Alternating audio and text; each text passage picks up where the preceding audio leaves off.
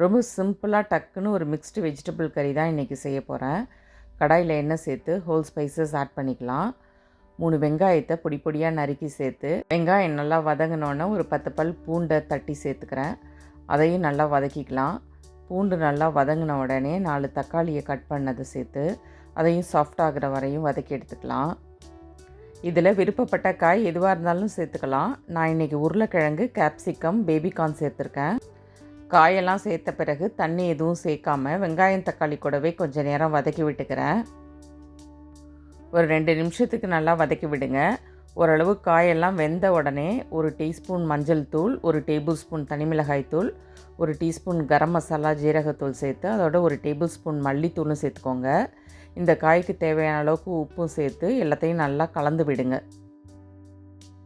இப்போவே காய் பாதிக்கு மேலே வெந்துருச்சு. அதனால் ஒரு 1/2 கப் மட்டும் தண்ணி சேர்த்து ஒரு 5 நிமிஷத்துக்கு மூடி போட்டு வைங்க.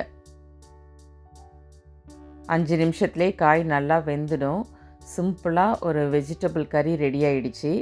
இதை சப்பாத்தி கூட மட்டும் இல்லை, ரைஸுக்கும் சைட் டிஷ்ஷாக வச்சு சாப்பிட்லாம். ட்ரை பண்ணி பார்த்துட்டு எப்படி இருந்ததுங்கிறத கமெண்ட்ஸில் ஷேர் பண்ணுங்கள். தேங்க்யூ.